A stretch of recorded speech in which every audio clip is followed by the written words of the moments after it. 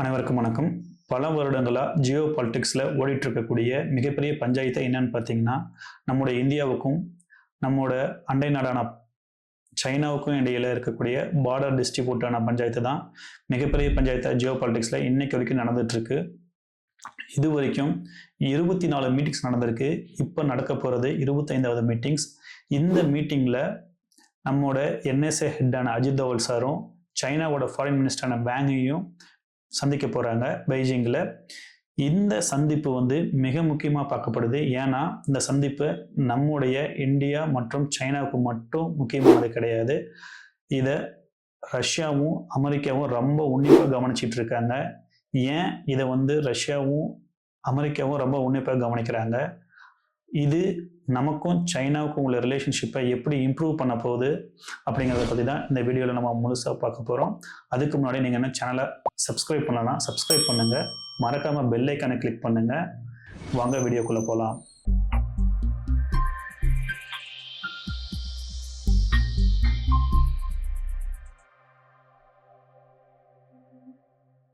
ஜியோ பாலிடிக்ஸில் நேற்றுலேருந்து ரொம்ப ஹாட்டான டாபிக் என்னன்னு பார்த்தீங்கன்னா, நம்மளோட என்எஸ்ஏ ஹெட்டான அஜித் தோவல் சாரும் சைனாவோட ஃபாரின் மினிஸ்டர் வேங்கையும் மீட் பண்ணிக்கிறது தான். இந்த மீட்டிங் நார்மலாக இதுக்கு முன்னாடி 24 முறை நடந்திருக்கு. அதாவது நம்மளோட என்எஸ்ஏவும் சைனாவோட ஃபாரின் மினிஸ்டர் மட்டும் மீட் பண்ணிக்கல. இதுக்கு முன்னாடி மிலிட்ரி ஹெட்ஸு, டிப்ளமேட்ஸு, அடுத்ததாக இப்போ என்எஸ்ஏ. ஸோ இந்த மாதிரி ஹை லெவல் டாக்ஸ் நடந்துகிட்டே தான் இருக்குது கண்டினியூஸாக. ஆனால் இப்போ 25வது முறை நடக்குது. ஸோ அதனால் இந்த 25வது முறை நடக்கிறதுக்கு பேரே என்னன்னு பார்த்தீங்கன்னா 25th special representative round meeting அப்படிங்கிறது தான் இந்த நேம்ல வச்சுருக்காங்க. இது இந்த நேரத்தில் ஏன் நடக்குதுன்னு பார்த்தீங்கன்னா, நாம் செப்டம்பரில் பிரிக்ஸ் மாநாட்டை ஹோஸ்ட் பண்ண போகிறோம். இந்த நிலையில் மோடியும், அதாவது நம்மளோட பிரைம் மினிஸ்டரான மோடியும் சைனாவோட பிரசிடென்டான ஜி ஜின்பிங்கும் மீட் பண்ணிக்கிறதுக்கான வாய்ப்பு இருக்குது. அதுக்கு முன்னாடி ஒரு கிரவுண்ட் லெவல் மீட்டிங்காக இது நடக்க போகுது. இந்த மீட்டிங்கில் குறிப்பாக இப்போ இந்த 25th மீட்டிங்லேயே நம்மளோட பார்டர் டென்ஷன் எல்லாமே கிளியர் ஆகிடுமா அப்படின்னு பார்த்தீங்கன்னா கண்டிப்பாக கிடையாது. இது ஒரு பிக் நோ தான். ஆனாலும் இது ஏன் நடக்குதுன்னு பார்த்தீங்கன்னா, இந்த மீட்டிங் ஃபர்தராக ஒரு நல்லபடியாக நடந்துச்சுன்னா நம்மளோட பார்டர் டென்ஷன் குறைய ஆரம்பிக்கும். இப்படி குறைஞ்சாலே சைனாவோட இன்வெஸ்ட்மெண்ட்ஸ் இந்தியாவில் வரத்துக்கு ஒரு வாய்ப்பு இருக்குது ஃபஸ்ட்டு. ரெண்டாவது என்னன்னு பார்த்தீங்கன்னா, நமக்கும் சைனாவுக்கும் என்னதான் அதாவது நம்ம இம்போர்ட் அதிகமாக பண்ணாலும் மிக முக்கியமான மெட்டீரியல்ஸான ரேர் எர்த் மெட்டீரியல்ஸ் அவங்க சரியாக அனுப்புறது கிடையாது. ஸோ இந்த மாதிரியான பிரச்சனைகள் குறைய ஆரம்பிக்கும். இப்படி குறைய ஆரம்பித்தாலே ஆட்டோமேட்டிக்காக நம்மளோட, அதாவது முக்கியமாக இப்போ நமக்கு நேரடியாக எதிரி இல்லைனாலும் அமெரிக்கா எப்பவுமே நம்ம ஒரு எதிரியாக தான் பார்க்குறாங்க. பாகிஸ்தானை தான் முன்னா பார்க்குறாங்க. இது வரைக்கும் இருந்த ஜியோ பாலிட்டிக்ஸை நல்லா கவனிக்கிறவங்களுக்கு நல்லா தெளிவாகவே தெரியும். ஏன்னு பார்த்தீங்கன்னா, அமெரிக்காவுக்கு எப்போவுமே ஃப்ரெண்டுன்னு ஒருத்தங்க கிடையாது. அவங்களுக்கு பிஸ்னஸ் தான் முக்கியம். ஸோ பிஸ்னஸ் எந்த அளவுக்கு நல்லா நடக்குதோ அந்த நாட்டை அவங்க ஈஸியாக அவங்களோட நண்பனாக்கிக்குவாங்க. அதுக்கு எதிராகவோ அல்லது அந்த நாடு சுயமாக யோசித்து ஏதாவது ஒரு விஷயம் செய்கிறாங்க அப்படின்னாலே அமெரிக்கா நிச்சயமாக எதிரியாக தான் பார்ப்பாங்க. இப்போ நம்ம இந்தியாவும் அந்த மாதிரி தான். நம்ம இந்தியாவுக்குன்னு ஒரு இறையாண்மை இருக்குது. அதை பேஸ் பண்ணி தான் நம்ம நாடு ரன் ஆகுது. அமெரிக்கா சொல்கிறபடி கேட்கறது கிடையாது. ஸோ இதன் காரணமாகவே இப்போ பார்த்தீங்கன்னா, அதாவது சைனாவாக இருக்கட்டும், இந்தியாவாக இருக்கட்டும், ரஷ்யா, இவங்க 3 நாடுகளுக்கு மேலேயுமே அதிகப்படியான டேரிஃப் போட்டுகிட்டே இருக்காங்க. இந்த நேரத்தில் இப்படி ஒரு மீட்டிங்ஸ் நடக்கிறதுனால அமெரிக்கா நிச்சயமாக யோசிப்பாங்க.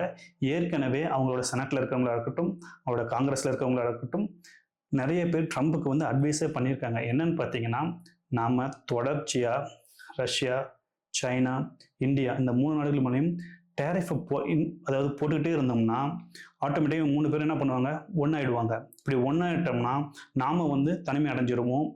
ரஷ்யாவுக்கு இது மிகப்பெரிய ஒரு அட்வான்டேஜாக போய் முடியும். ஏன்னு பார்த்தீங்கன்னா, ரஷ்யா ஏற்கனவே ஒரு மல்டி போலார் வேர்ல்டு உருவாக்கணும்னு நினைக்கிறாங்க. ஸோ அதுக்கு நாமளே அவங்க 3 பேர்த்தையும் ஒன்றா சேர்த்து விட்டு அதை உருவாக்குற மாதிரி ஆகிடும் அப்படிங்கிறது தான் இப்போ அமெரிக்காவோட புலம்பல். இப்போது இந்த நிலையில் இந்த மீட்டிங் நடந்துட்டு இருக்கு. சரி, இவர் போயிருக்காரு. இப்போ நம்ம வாய்க்கால் வரப்பு தகராறு நடந்துச்சுன்னா என்ன பண்ணுவாங்க? சரிப்பா நீ அங்கே இரு, நாங்கள் இங்கே இருக்கோம், கை கொடுத்துக்கலாம், அவ்வளோதான், பிரச்சனை முடிஞ்சுது அப்படின்னு வர முடியுமானா கண்டிப்பாக முடியாது. இது ஃபர்தராக கண்டினியூஸாக பேசிகிட்டே இருப்பாங்க. இப்படி பேச பேச என்ன ஆகும்னு பார்த்தீங்கன்னா, கம்யூனிகேஷன் இம்ப்ரூவ் ஆகி மிலிட்ரி லெவல் டென்ஷன் வந்து அப்படியே குறைய ஆரம்பிக்கும். அப்படி குறைய குறைய சைனாவோட இன்வெஸ்ட்மெண்ட்ஸ் இங்கே வரும், நம்மளோட இன்வெஸ்ட்மெண்ட்ஸ் அங்கே போகும். இந்தியாவுக்கும் சைனாவுக்கும் இடையில இருக்கக்கூடிய பிரச்சனைகள் வந்து நார்மலைஸ் ஆகாமல், அதாவது பார்டர் பிரச்சனை நார்மலைஸ் ஆகாமல் எந்த ஒரு பிஸ்னஸும் இந்தியாவுக்கும் சைனாவுக்கும் இடையில் நார்மலாக இருக்காதுன்னு ஜெய்சங்கர் சார் சொல்லியிருந்தாரு. இந்த நிலையில தான் இப்போ இந்த மீட்டிங் வந்து நடக்குது.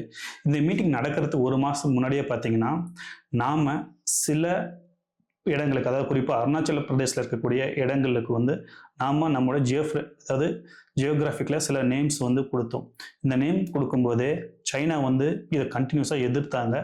அப்போ நாம் என்ன சொன்னோம்னா, தம்பி நீ வந்து ஒவ்வொரு முறையும் ஒவ்வொரு நேம் கொடுக்குற, நீ நேம் போர்டு கொடுக்கறதுனாலேயே வந்து நீ இந்த லேண்டுக்கு வந்து ஓனராக முடியாது.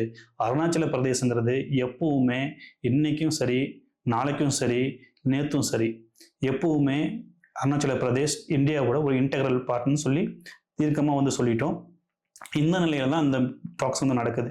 இந்த டாக்ஸ் நிச்சயமாக சக்ஸஸாக முடிஞ்சுது அப்படின்னா கண்டிப்பாக இப்போ பிரிக்ஸ் மாநாட்டுக்கு ஜி ஜின்பிங் வருவார். வந்தால் நம்மளோட பிரைம் மினிஸ்டரான மோடியும் அவங்களோட பிரசிடண்டான ஜி ஜின்பிங் கண்டிப்பாக ரெண்டு பேர்த்துக்கு இடையில ஒரு பைலேட்டரல் மீட்டிங் நடக்கும். அந்த மீட்டிங் வந்து சக்ஸஸ்ஃபுல்லாக முடிஞ்சுது அப்படின்னா நிச்சயமாக அமெரிக்கா வந்து பயப்பட ஆரம்பிப்பாங்க. ஏன்னு பார்த்தீங்கன்னா, டேரிஃபை வந்து அதிகளவு இம்போஸ் பண்ண முடியாது. ஏன்னா அப்படி இம்போஸ் பண்ணோம்னா இந்த ரஷ்யாவும் சைனாவும் ப்ளஸ் வந்து இந்தியாவும் ஜாயின் பண்ணிப்பாங்க. இதை தான் வந்து ரஷ்யாவோட ஃபாரின் மினிஸ்டர் வந்து ஒரு வருஷம் முன்னாடியே சொல்லியிருந்தாரு. இப்போ இருக்கக்கூடிய சைனாவுக்கும் இந்தியாவுக்கும் இருக்கக்கூடிய டென்ஷன் வந்து அப்படியே குறைஞ்சிருச்சு அப்படின்னா நாங்கள் ஆர்ஐசியை ஆக்டிவேட் பண்ணுவோம். ஆர்ஐசின்னு ஒரு அமைப்பு இருக்குது, இந்த அமைப்பு வந்து ஆக்டிவேட் பண்ணுவோம் அப்படின்ட்டு. இந்த அமைப்பு ஒருவேளை ஆக்டிவேட் ஆச்சு அப்படின்னா கண்டிப்பாக, அதாவது அமெரிக்காவுக்கு வந்து மிகப்பெரிய பின்னடைவாக இருக்கும். இது ரஷ்யா, இந்தியா, சைனாவுக்கு மிகப்பெரிய அட்வான்டேஜாக இருக்கும். எந்தெந்த வகையில்னு பார்த்தீங்கன்னா, டேரிஃப் எதிர்கொள்கிறது, டிஜிட்டல் ரூல்ஸஸை வந்து செட் பண்ணுறது, அடுத்ததாக வந்து பார்த்திங்கன்னா agriculture, rare earth elements. So இந்த மாதிரியான விஷயங்களுக்கு வந்து இந்த 3 நாடுகளுக்கும் மிகப்பெரிய ஒரு அட்வான்டேஜஸாக இருக்கும். நம்மளோட மிலிட்ரி டென்ஷன் குறைஞ்சது அப்படின்னாவே நம்மளோட மிலிட்ரி ஸ்பெண்டிங்கும் வந்து குறையும். ஆனால் நிச்சயமாக குறையாது. ஏன்னு பார்த்தீங்கன்னா நம்ம கண்டிப்பாக, ஏன்னா சைனா எந்த நேரத்தில் எந்த மாதிரி முடிவு எடுப்பாங்கன்னே தெரியாது. ஸோ அதனால் கண்டிப்பாக மிலிட்ரி செலவுப்படக்கூடிய செலவுகள் வந்து அப்படி மெயின்டைன் ஆகும் தான் நான் நினைக்கிறேன். ஆனால் டென்ஷன் வந்து குறைஞ்சதுனாலே சில பிஸ்னஸ் வைஸில் வந்து இம்ப்ரூவ் ஆகும். ஸோ இதன் காரணமாக தான் ரஷ்யா வந்து ரொம்ப உன்னிப்பாக கவனிக்கிறாங்க. இது ரஷ்யாவுக்கு வந்து இன்னொரு மிகப்பெரிய தலைவலி என்னன்னு பார்த்தீங்கன்னா, அவங்களோட 2 நண்பர்கள் வந்து எதிரியாக இருக்கிறது வந்து ரஷ்யாவால் பேலன்ஸ் பண்ணுறதுக்கு ரொம்ப கஷ்டமாக இருக்குது இப்போது. ஸோ இதன் காரணமாக இப்போது இந்த ரஷ்யாவும் சைனா இந்தியாவுக்குள்ள ரிலேஷன்ஷிப் வந்து நார்மலைஸ் ஆகிடுச்சு அப்படின்னா ஈஸியாக நம்மளால் எந்த நாடுகளையும் எதிர்த்து நிற்க முடியும். இதன் காரணமாக தான் இந்த மீட்டிங்கை வந்து உலக நாடுகள் அனைத்துமே வந்து எதிர்பார்க்குறாங்க. ஸோ இந்த வீடியோ பற்றின கருத்துக்களை என்னங்கிறத கமெண்ட் செக்ஷனில் பதிவிடுங்க. உங்களுக்கு இந்த வீடியோ பிடிச்சிருந்தால் லைக் பண்ணுங்கள். நன்றி, வணக்கம்.